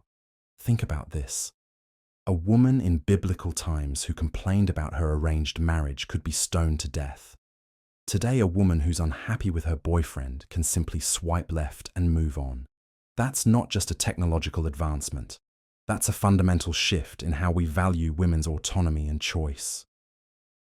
A biblical woman who couldn't bear children was seen as cursed by God, abandoned by her husband, left to die in poverty. Today, women can choose to be child-free, pursue fertility treatments, adopt, use surrogates, or simply focus on their careers instead. The idea that a woman's worth is tied to her reproductive capacity, we've largely left that in the ancient world where it belongs. But perhaps most importantly, we've moved from a world where women were seen as inherently inferior, intellectually deficient, spiritually suspect, to a world where we recognize that women are just as capable, just as intelligent, just as valuable as men. That shift in thinking, that didn't happen because men suddenly became more enlightened. It happened because women fought for it. Generation after generation of women who refused to accept the limitations placed on them. And here's what's really remarkable. Despite everything we've discussed about the brutality of biblical times, despite the fact that women were treated as property, beaten, silenced, and marginalized, they still found ways to resist. They still found ways to exercise agency within the constraints of their world. Think about Esther, who risked her life to save her people. Think about Ruth, who chose loyalty over security. Think about Deborah, who led armies into battle. Even within the most oppressive systems, women found ways to be more than what society expected them to be. That spirit of resistance, that refusal to be diminished, that's the thread that connects biblical women to modern women. It's the same fire that burned in the suffragettes, the same determination that drives women today to shatter glass ceilings and challenge inequality. But let's also acknowledge something uncomfortable. This transformation hasn't been linear, it hasn't been universal, and it's not irreversible. Throughout history, we've seen periods of progress followed by backlash. We've seen women's rights advance in some societies while remaining stagnant or even regressing in others. We've seen how quickly freedoms can be taken away when societies become more conservative, more religious, more authoritarian. The women of Afghanistan know this all too well. One day they were doctors, teachers, and students. The next day, they were banned from schools, from work, from public life entirely. In the span of a few years, they went from living in relative freedom to experiencing restrictions that would be familiar to women in biblical times. This is why understanding this history matters so much, because progress isn't automatic. Freedom isn't permanent. Every generation has to choose to protect and expand the rights that previous generations fought to secure. And that choice starts with recognizing just how far we've come. When you're stuck in traffic, frustrated with your job, dealing with relationship drama, or struggling with any of the countless challenges of modern life, it's easy to lose perspective. It's easy to forget that you're living in what would seem like a utopia to women throughout most of human history. You can choose your own name. You can choose your own clothes. You can choose your own career, your own partner, your own religion, your own beliefs. You can speak your mind without fear of being stoned. You can leave your house without asking permission. You can own property, start businesses, run for office, travel the world. You can say no to marriage, no to children, no to sex, no to anything you don't want. And that no will be legally protected. These aren't small things. These are revolutionary things. These are freedoms that billions of women throughout history could only dream of. But here's the thing about freedom. It's not just about what you can do. It's about what you can imagine. And that might be the most profound change of all. Biblical women couldn't even imagine a world where they would have choices. Their horizons were so limited, their possibilities so constrained, that they literally couldn't conceive of a different way of being.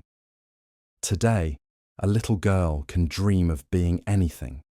An astronaut, a president, a CEO, a scientist, an artist, an athlete. She can imagine traveling to Mars, curing cancer, starting her own company, or simply living a quiet life on her own terms. That expansion of imagination, that explosion of possibility, that's perhaps the greatest victory in this long struggle for women's rights. But let's not kid ourselves. The fight continues.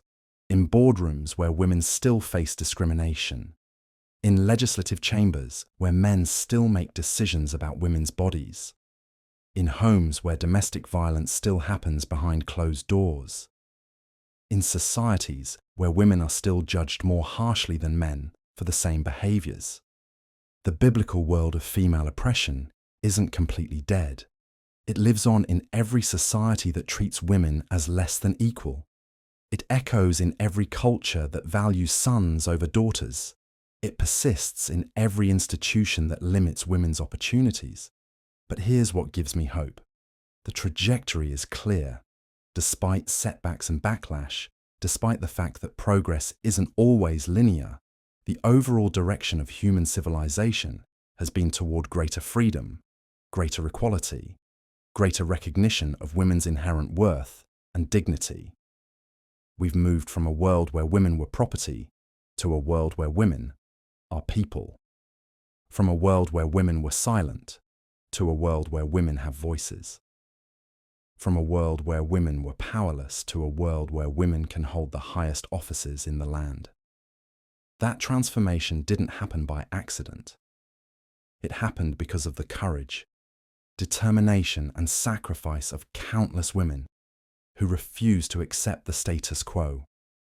Women who looked at the world as it was and demanded something better. And that legacy lives on in every woman today who refuses to be diminished, who insists on her rights, who fights for equality, not just for herself, but for the women who will come after her. So yes, life in 2025 can be challenging. Dating apps can be exhausting. Work can be stressful. Relationships can be complicated. Modern life has its own unique pressures and problems. But when you put it in perspective, when you compare your challenges to those faced by women in biblical times, it's almost laughable. Getting ghosted after a Tinder date versus being sold into marriage at age 12. Dealing with a difficult boss versus being beaten by your husband with legal impunity. Struggling to balance work and family versus having no choice in either. The scale is so different, it's almost incomparable. And that's the point. We've come so far that our problems today would seem like luxuries to women throughout most of human history. The fact that we can choose to be picky about partners, that we can quit jobs we don't like, that we can prioritize our own happiness and fulfillment. These are privileges that were unimaginable for thousands of years, but privileges that came at a cost, privileges that were earned through struggle, privileges that must be protected and passed on. Because this story isn't over. The transformation from biblical oppression to modern freedom is ongoing. There are still battles to be fought, still barriers to be broken, still inequalities to be addressed, but we fight them from a position of strength that women in biblical times could never have imagined. We fight them with legal rights, economic power, political representation, and social support systems that took centuries to build. We fight them knowing that change is possible because we've seen it happen. We've seen societies transform. We've seen minds change. We've seen the impossible become inevitable. And most importantly, we fight them together. Not as isolated individuals struggling alone against oppressive systems, but as part of a global movement of women who refuse to accept anything less than full equality and dignity. The women of biblical times faced their struggles largely alone, with little hope of systemic change.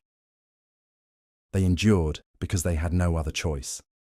They survived because the alternative was death.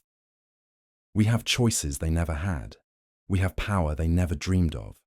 We have voices they were never allowed to use. And we have a responsibility to use all of that wisely, to honor their memory by protecting the freedoms they couldn't even imagine, to continue the fight they started but couldn't finish, to build a world where no woman ever again has to endure what biblical women endured as a matter of course. That's the real lesson here. Not just how far we've come, but how far we still have to go. Not just what we've gained, but what we still need to protect. Not just the freedoms we enjoy, but the responsibility that comes with those freedoms. The brutal lives of biblical women should serve as more than just a historical curiosity or a source of gratitude for modern conveniences. They should serve as a reminder of what's at stake, a reminder of how quickly progress can be reversed, a reminder of how much work remains to be done. Because somewhere in the world tonight, there's a girl who's going to be married off to a stranger tomorrow. Somewhere there's a woman who will be beaten by her husband and have no recourse. Somewhere there's a daughter who will be killed for bringing dishonor to her family. The biblical world hasn't disappeared entirely. It's just been pushed to the margins, to the shadows, to the places where cameras don't reach and headlines don't penetrate. Our freedom, our choices, our opportunities, they're not just personal gifts to be enjoyed. They're tools to be used, weapons in an ongoing battle for the liberation of women everywhere. Every time you exercise your right to choose, you honor the women who died for that right.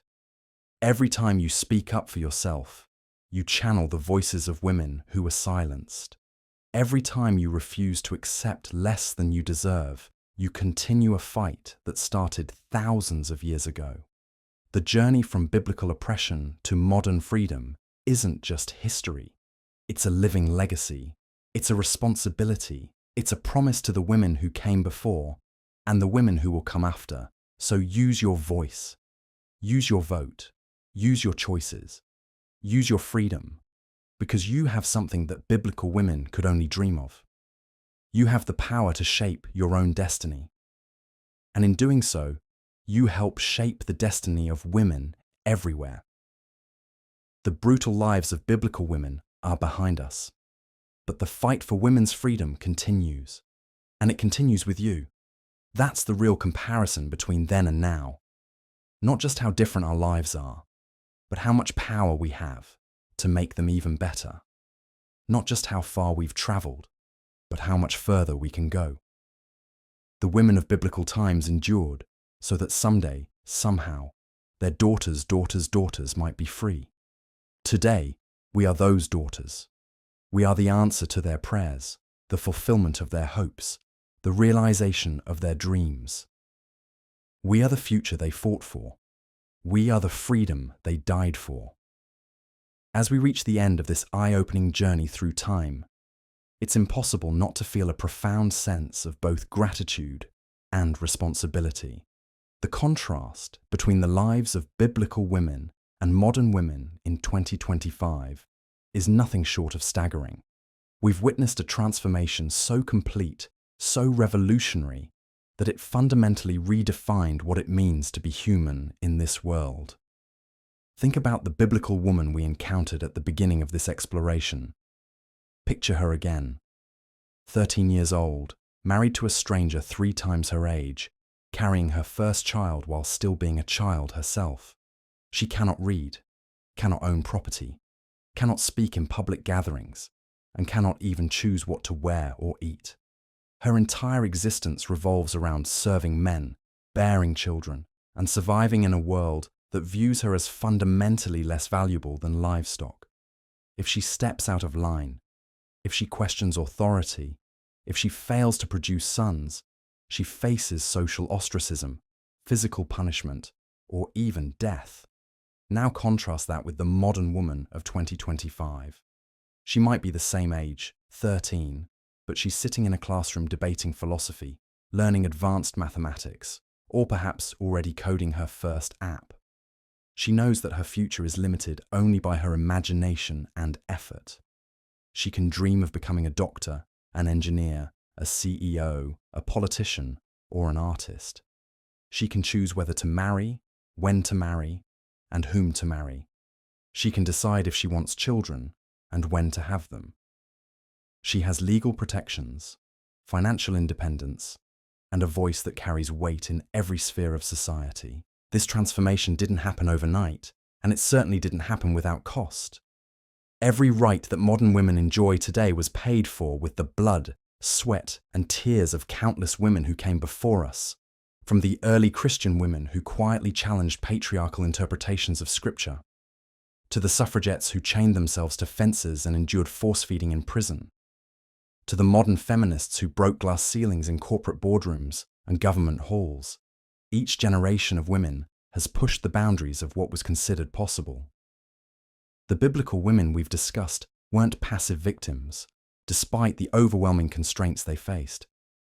Within their limited spheres, they found ways to exert influence, to protect their children, to build networks of support, and to preserve their dignity. Women like Deborah, who became a judge and military leader despite societal expectations. Women like Esther, who risked her life to save her people. Women like Ruth, who chose loyalty and love over security. These women, working within impossibly restrictive systems, laid the groundwork for the freedoms their descendants would eventually claim. But let's be brutally honest about the scope of this transformation. The changes we've witnessed aren't just improvements or reforms. They represent a complete reimagining of human society. In biblical times, women were considered property to be owned, traded, and disposed of at will. Today, women are recognized as full human beings with inherent dignity, inalienable rights, and unlimited potential. This isn't evolution, it's revolution. Consider the legal transformation alone. Biblical law, as we've seen, placed women under the absolute authority of men throughout their entire lives. A woman could be divorced for burning dinner, but she couldn't initiate divorce even if her husband was violent or unfaithful. She could inherit property only in the absence of male heirs, and even then, she was required to marry within her clan to keep the property in male hands. Fast forward to 2025, and women not only have equal property rights, but also equal inheritance rights, equal divorce rights, and equal custody rights. In many countries, they have additional protections against domestic violence, sexual harassment, and discrimination. The educational transformation is equally remarkable. Biblical women were deliberately kept illiterate because education was seen as dangerous for females. The ability to read and write was considered a masculine privilege, necessary for men to conduct business and study religious texts. Women who showed intellectual curiosity were often viewed with suspicion or outright hostility. Today, women not only have equal access to education, but actually outperform men in many academic areas. They earn more college degrees, more graduate degrees, and more doctoral degrees than men in numerous countries. They're leading research in cutting-edge fields, winning Nobel Prizes, and pushing the boundaries of human knowledge. The economic transformation might be the most profound of all. Biblical women had no economic independence whatsoever. They couldn't own businesses, couldn't engage in trade, couldn't even control their own dowries or inheritances. Their economic value was measured solely in terms of their reproductive capacity and domestic labor. Today, women are not just participants in the global economy, they're driving it. They're starting businesses at unprecedented rates, leading major corporations, and controlling trillions of dollars in purchasing power. They're not just economically independent, they're economically powerful. But perhaps the most significant transformation is the most fundamental one: the recognition of women as full human beings. This might sound obvious to us today, but it represents a radical departure from thousands of years of human history. Biblical society, along with most ancient civilizations, viewed women as inherently inferior to men, not just socially or politically, but essentially. They were seen as less rational, less capable, less important, and less valuable. This wasn't just prejudice. It was considered natural law, divine order, and scientific fact. The overthrow of this fundamental assumption required nothing less than a complete reimagining of human nature itself. It required society to acknowledge that the differences between men and women, while real, don't justify inequality. It required recognizing that women's contributions to society extend far beyond reproduction. It required understanding that diversity of thought, experience, and perspective makes communities stronger, not weaker. This transformation is still ongoing. While we've made incredible progress, true equality remains elusive in many parts of the world. Millions of women still face arranged marriages, honor killings, female genital mutilation, and systematic discrimination. Even in the most progressive societies, women continue to face challenges like the gender pay gap, underrepresentation in leadership positions, and the burden of unpaid domestic labor. Moreover, the progress we've achieved isn't guaranteed to continue. Throughout history, we've seen periods of advancement followed by periods of backlash and regression. The rights that women enjoy today were hard-won and remain fragile. They require constant vigilance, continuous advocacy, and active protection. Every generation must choose whether to build upon the progress of the past or allow it to erode through complacency. The comparison between biblical women and modern women also reveals something profound about human potential. When we look at the biblical woman trapped in her restrictive world, we're not looking at someone who was inherently less capable than modern women. We're looking at someone whose potential was systematically suppressed, whose talents were deliberately wasted, whose voice was intentionally silenced. The tragedy isn't just what these women endured, it's what humanity lost by failing to benefit from their full contributions. Imagine how different history might have been if the brilliant minds of biblical women had been allowed to flourish. How many scientific discoveries were never made because women were barred from education? How many works of art were never created because women were denied access to materials and training? How many social problems were never solved because women were excluded from decision-making? The oppression of women wasn't just a crime against individual women, it was a crime against human progress itself. This historical perspective should also make us more appreciative of the freedoms we often take for granted. When a modern woman complains about a bad date, she's exercising the freedom to choose her romantic partners, something that would have been unthinkable for her biblical counterpart. When she pursues higher education, she's accessing opportunities that countless women throughout history died fighting for. When she starts a business, runs for office, or speaks her mind on social media, she's exercising rights that are still denied to women in many parts of the world. The story of women's liberation is ultimately a story about the expansion of human freedom and dignity. It's a reminder that progress is possible, that seemingly immutable social structures can be changed, and that ordinary people can achieve extraordinary things when they work together toward a common goal. The biblical women who quietly resisted within their constraints, the medieval women who preserved knowledge in convents, the Victorian women who demanded the vote, and the modern women who continue to break barriers are all part of the same continuous struggle for human dignity and equality. As we look toward the future, we face both tremendous opportunities and significant challenges. Technology is creating new possibilities for women's participation in the economy and society, but it's also creating new forms of harassment and discrimination.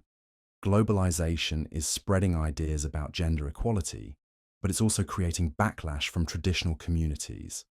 Climate change and economic inequality are affecting women disproportionately, but women are also leading many of the solutions to these challenges. The lesson from this historical comparison is clear. Progress is not inevitable, but it is possible.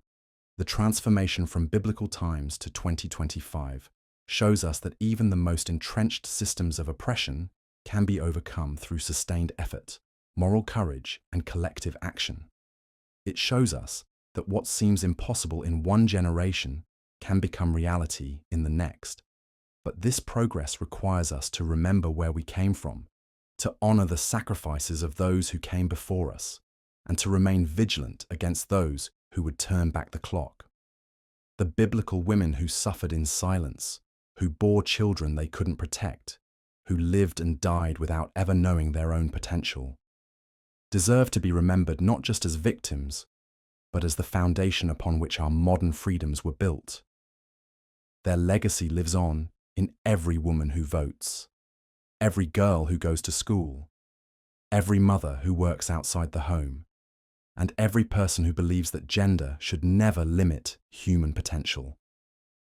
The brutal lives of biblical women serve as both a warning of what we could lose and an inspiration for what we can achieve. As we reach the end of this journey through time, the contrast becomes even more striking when we consider the ripple effects of these changes.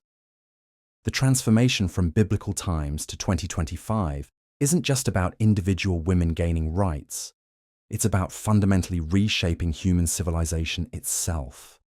When women gained the ability to participate fully in society, we didn't just liberate half the population, we unlocked humanity's complete potential. Think about this.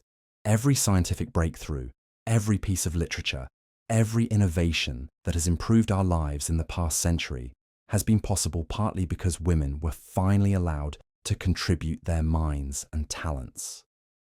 The biblical woman, who might have been a brilliant mathematician, was instead confined to bearing children and managing household tasks. The woman who could have discovered life-saving medicines was married off at 13 to a man 3 times her age. How many cures for diseases? How many technological advances? How many works of art were lost to history because half of humanity was silenced?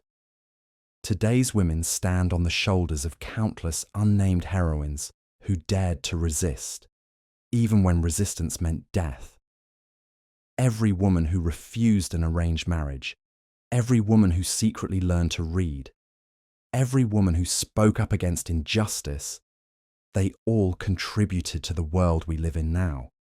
The suffragettes who were force-fed in prison, the women who fought for birth control access, the mothers who insisted their daughters get an education, they're all part of this incredible story of human progress. But let's be honest about where we stand in 2025. While women in many parts of the world enjoy freedoms that would have been unimaginable to biblical women, we're still not at the finish line. The ghost of those ancient attitudes still haunts us. We see it in workplace discrimination, in the persistent wage gaps, in the way women's bodies are still politicized and controlled. We see it in the fact that domestic violence remains a leading cause of death for women worldwide. We see it in the reality that in some parts of our modern world, women still face honor killings, forced marriages, and denial of basic education. The biblical mindset didn't disappear overnight. It evolved, adapted, and found new ways to express itself. The same mentality that once saw women as property now manifests in more subtle forms, in the expectation that women should be grateful for opportunities rather than entitled to them, in the way successful women are often labelled as aggressive while men are called leaders, in the persistent belief that a woman's primary value lies in her ability to please others. This is why understanding this history matters so deeply. When we see how far we've come, we also see how fragile these gains really are. Rights that seem fundamental and permanent to us were hard-won through decades of struggle. and they can be lost if we're not vigilant. The freedom to choose your own partner, to pursue education, to control your own body, to speak your mind. These aren't natural rights that exist in a vacuum. They're the result of continuous effort and advocacy. For the women watching this, remember that your freedom to make choices about your life is revolutionary. Every time you pursue a career, every time you delay marriage for your own goals, every time you speak up for yourself, you're participating in a revolution that started centuries ago. Your grandmother's generation fought for the right to work outside the home. Your great-grandmother's generation fought for the right to vote. Now it's your turn to carry the torch forward. And for everyone watching, regardless of gender, understand that this isn't just women's history, it's human history. The liberation of women benefits everyone. Societies where women have equal rights are more prosperous, more peaceful, and more innovative. When we invest in women's education and freedom, we invest in the future of humanity itself. The story of biblical women versus modern women isn't just a tale of progress, it's a reminder of responsibility. We have the power to continue this trajectory toward justice or to let it slide backward. The choice is ours, and the time is now.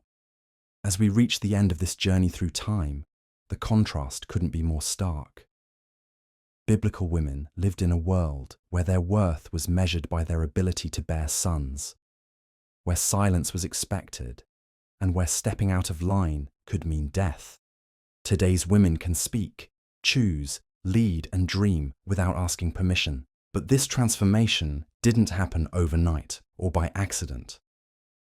Every right we've discussed came at a price.